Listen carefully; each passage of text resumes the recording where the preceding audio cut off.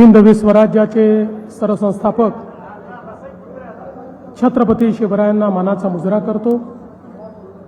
भारतीय राज्यघटनेचे शिल्पकार भारतरत्न डॉक्टर बाबासाहेब आंबेडकर यांना मानवंदना अर्पित करतो।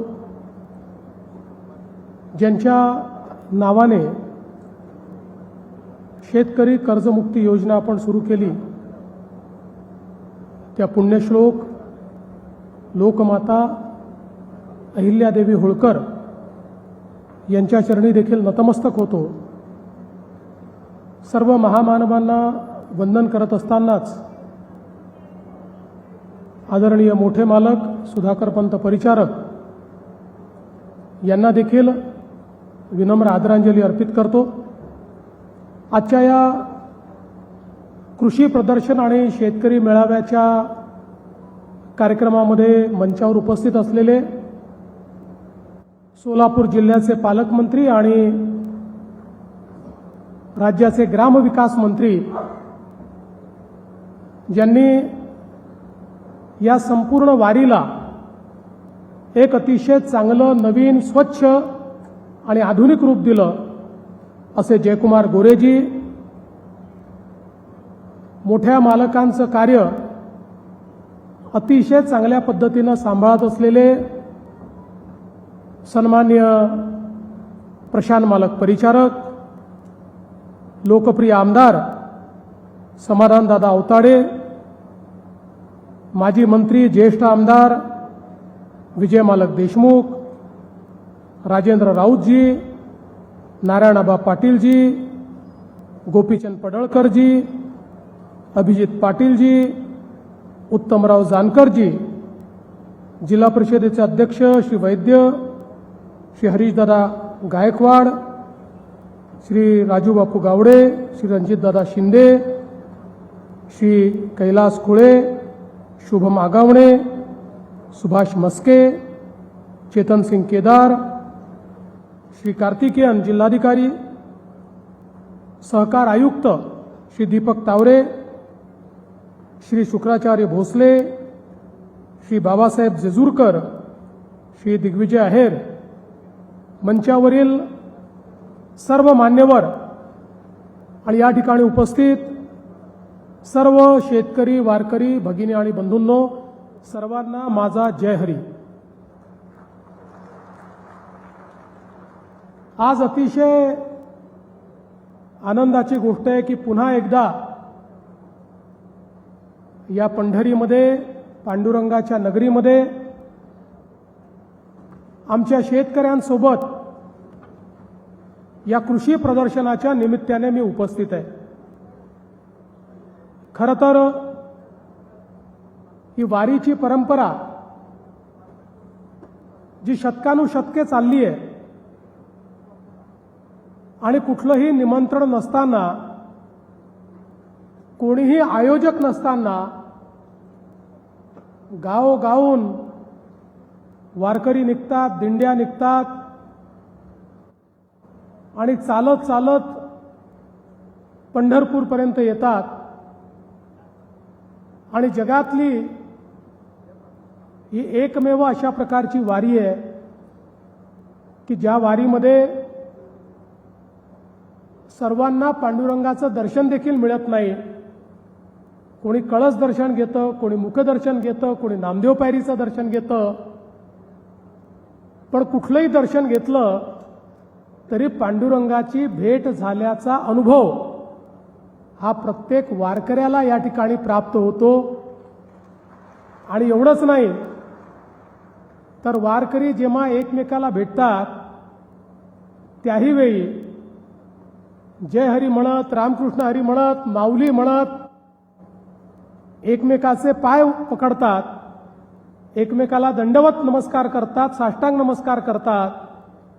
कारण या वारीची परंपरा अशी आहे की प्रत्येक व्यक्ती समोरच्या वारकऱ्यामध्ये, समोरच्या व्यक्तीमध्ये आपल्या माऊलीचं दर्शन घेत असतो आणि म्हणून अत्यंत भावनिक आणि कौटुंबिक अशा प्रकारचा सोहळा आपल्याला या पंढरपूरमध्ये पाहायला मिळतो।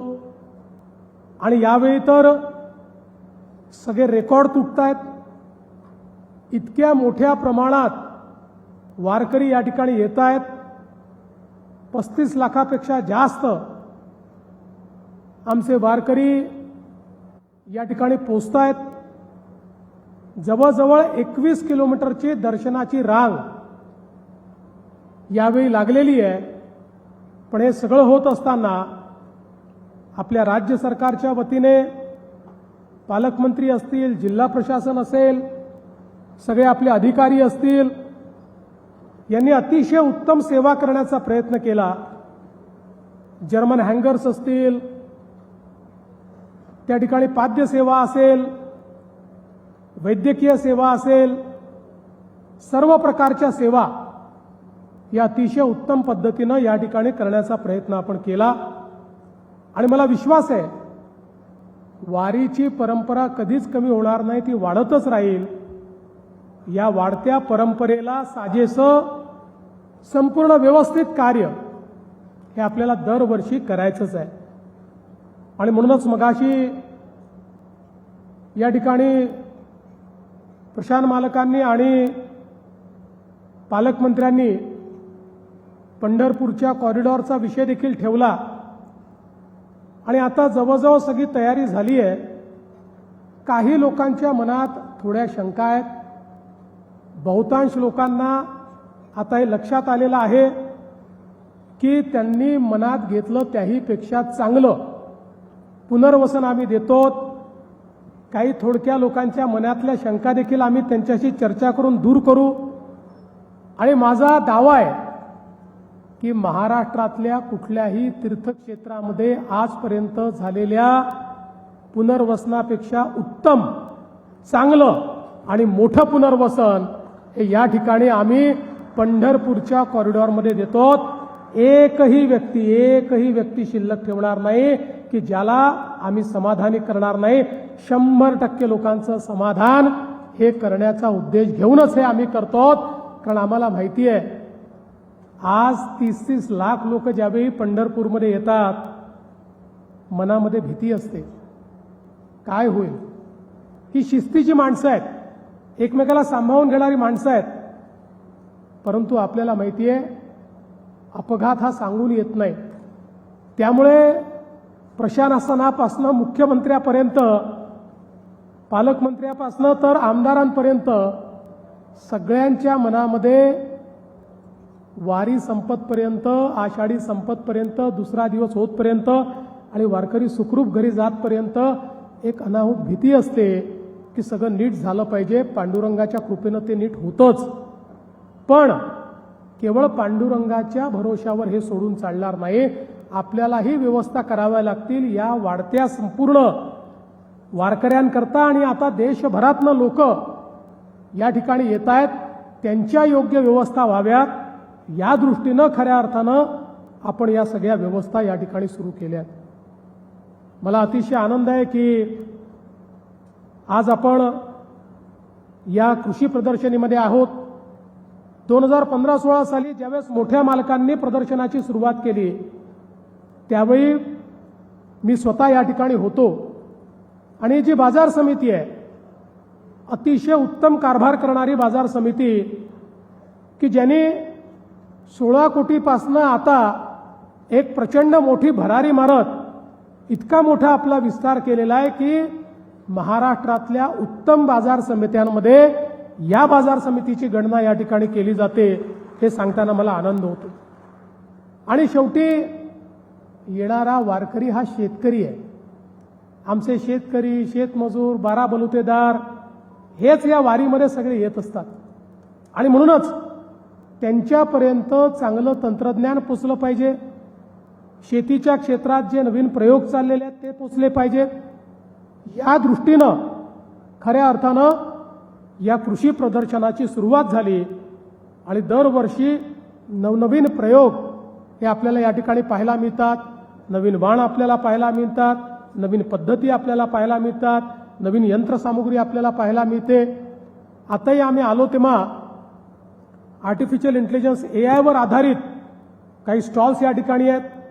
भविष्यामध्ये शेतीच्या क्षेत्रामध्ये AIचं महत्त्व ओळखून महाराष्ट्र हे पहिलं राज्य आहे की आम्ही आमच्या शेतकऱ्यांकरता महाविस्तार नावाचा AI ॲप तयार केला. आपल्यापैकी आता जवळपास 50 लाख शेतकरी हे महाविस्तारवर आले आहेत. जे आले नाहीत त्यांनी आलं पाहिजे असं माझा आग्रह आहे. कारण हा महाविस्तार म्हणजे तुमचा मित्र आहे. तुम्ही त्याच्याशी गप्पा मारू शकता, तुम्ही त्याच्याशी बोलू शकता. या महाविस्तारला तुम्ही जो प्रश्न विचाराल शेतीशी संबंधित त्या प्रत्येक प्रश्नाचं उत्तर त्याच्याकडे आहे. प्रत्येक पद्धतीचं डेमॉन्स्ट्रेशनचा व्हिडिओ त्याच्यावर आहे. कुठल्याही नवीन पीक पद्धतीमध्ये काय केलं पाहिजे याची माहिती त्याच्याकडे आहे. कुठल्याही प्रकारची कीड आली तर त्याचं त्या ठिकाणी नियमन कसं करायचं या संदर्भातले सगळी माहिती त्याच्यावर आहे. आपण ज्या पद्धतीनं त्या ठिकाणी वेगवेगळ्या प्रकारे निविष्ठांची खरेदी करतो त्याचा वापर कसा आणि किती केला पाहिजे याची माहिती त्याच्यामध्ये आहे. त्यामुळे खतांच्या वापरापासून तर पाणी किती दिलं पाहिजे इथपर्यंत सगळ्या गोष्टींची माहिती ही प्रत्येक शेतकऱ्याला पर्सनलाइज पद्धतीनं त्या ठिकाणी मिळते. तुम्ही जर त्याच्यावर असलेला जो AI एजंट आहे त्याच्याशी गप्पा मारल्या तर तो तुम्हाला सगळी उत्तरं देतो, वेगवेगळ्या भाषांमध्ये देतो. आता तर आमच्या आदिवासी समाजाची भिली भाषा देखील त्याच्यावर आपण दिलेली आहे. त्या भाषेतही त्याच्याशी संवाद साधता येतो. आणि एवढंच नाही तर त्याच्यातनं आपण फोटो काढला तर आपल्या पिकाची परिस्थिती काय आहे, त्याच्यावर कीड येऊ शकते का, आली तर काय केलं पाहिजे, येऊ नये म्हणून काय केलं पाहिजे, या परिस्थितीमध्ये त्याच्या वाढीकरता मायक्रोन्यूट्रिएंट काय दिले पाहिजेत, अशा सगळ्या गोष्टी आज आपल्याला या AI ॲपच्या माध्यमातून कळतात. एका फोटोतून सगळ्या पद्धतीची उत्तरं आज आपल्याला त्या ठिकाणी मिळतात. त्यामुळे आपले पैसेही वाचतात, श्रमही वाचतात आणि आपल्याला अतिशय योग्य माहिती मिळते. पुढच्या काळामध्ये सॉइल टेस्टिंग पासनं तर सगळ्या पद्धती या केवळ आपल्या मोबाईलच्या ॲपच्या माध्यमातून या महाविस्तारच्या माध्यमातून आम्ही शेतकऱ्यांना मिळवून देणार आहोत. आणि म्हणून आपल्या शेतीमध्ये आधुनिकता आली पाहिजे. कुठेतरी उत्पादनाचा खर्च हा आम्हाला कमी करता आला पाहिजे. आमची उत्पादकता वाढली पाहिजे जेणेकरून शेतकऱ्याचा नफा वाढला पाहिजे. अशा पद्धतीनं आज आपण वेगवेगळे प्रयोग या ठिकाणी सुरू केले. मला अतिशय आनंद आहे की सातत्याने आमच्या शेतकऱ्यांवर कुठलं ना कुठलं संकट येत असतं. यावर्षी देखील अल निनोचं संकट आहे. बऱ्याच भागामध्ये पाऊस कमी पडतोय. पण या सगळ्या संकटांमध्ये आमचा जो शेतकरी अडचणीत आला, जो शेतकरी कर्ज घेतलं पण भरू शकला नाही, आम्ही विधानसभेच्या निवडणुकीमध्ये ही घोषणा केली होती की आमचं सरकार पुन्हा आल्यानंतर आमच्या शेतकऱ्यांना आम्ही कर्जमाफी देऊ. आणि त्यानंतर सरकार आलं. मग ग्रामपंचायतीच्या निवडणुका झाल्या, पंचायत समितीच्या झाल्या, जिल्हा परिषदेच्या झाल्या, नगरपालिकेच्या झाल्या. सगळ्या निवडणुकांमध्ये प्रचंड मोठा आशीर्वाद शेतकऱ्यांनी आणि लोकांनी आम्हाला दिला. सगळीकडे आम्हाला निवडून दिलं. खरं म्हणजे पुढे कुठलंही इलेक्शन नव्हतं. साधारणपणे राजकीय नेते इलेक्शन आलं की कर्जमाफीचं बोलतात आणि इलेक्शन आलं कीच कर्जमाफी करतात. पण सगळी इलेक्शन झाली. पुढची 5 वर्ष कुठलंही इलेक्शन नसताना आमच्या सरकारने सांगितलं शेतकऱ्याला दिलेला शब्द हा आम्ही मोडणार नाही आणि आपण देशातली सगळ्यात मोठी कर्जमाफी या ठिकाणी घोषित केली आणि अहिल्यादेवी होळकर कर्जमाफी योजना घोषित केली. 56 लाख शेतकऱ्यांना कर्जमाफी मिळणार आहे. ज्यांनी नियमित कर्ज भरलं त्यांना 50,000 रुपये त्यांच्या अकाउंटला आम्ही देतो आहोत. आणि मला अतिशय आनंद आहे. खरं म्हणजे कर्जमाफीची भव्य सुरुवात करायची आमच्या मनामध्ये होतं. पण ज्यावेळी हा मेळावा या ठिकाणी ठरला त्यावेळी मनात आमच्या सगळ्यांच्याच हे आलं की या ठिकाणी पांडुरंगाच्या नगरीत जिथे शेतकरी वारकरी इतक्या मोठ्या प्रमाणात येतात तिथून याची आपण सुरुवात केली तर यापेक्षा अधिक उत्तम योग काय असू शकेल. आणि मग आमच्या सहकार विभागाला कामी लावलं आणि अतिशय वेगाने सहकार विभागाने पहिली यादी घोषित केली.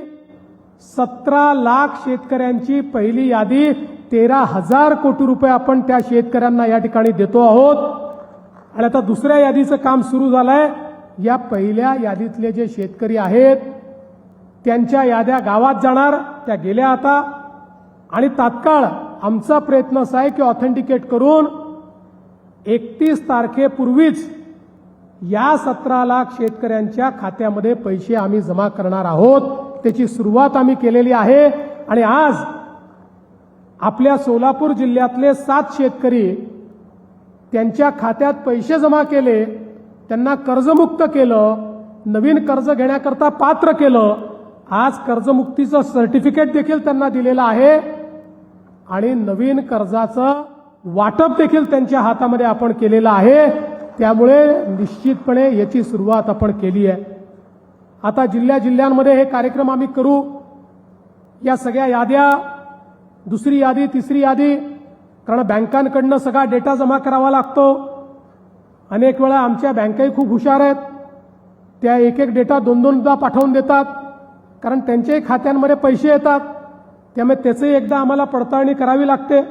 सगळंच काही चांगलं असतं असं नाही आहे, म्हणून थोडा त्याला वेळ लागतो. पण काळजीचं कारण नाही. आपल्या कर्जमाफीच्या योजनेमध्ये बसणारा एकही शेतकरी आम्ही मागे राहू देणार नाही. सर्व शेतकऱ्यांना या ठिकाणी कर्जमाफी मिळेल. आणि म्हणूनच आज पांडुरंगाच्या चरणी याची सुरुवात आम्ही केली आहे. लवकरच याचं एक भव्य कार्यक्रम आमचे दोन्ही उपमुख्यमंत्री एकनाथराव शिंदेजी, सुनेत्राताई पवार, आमचे कृषी मंत्री, सहकार मंत्री अशा सगळ्यांच्या उपस्थितीमध्ये पुढच्या काळामध्ये आम्ही घेऊ. आणि जोपर्यंत सगळ्या शेतकऱ्यांचे अकाउंट सेटल होत नाही तोपर्यंत याच्यावर पूर्ण नजर ठेवून आम्ही लोक राहणार आहोत.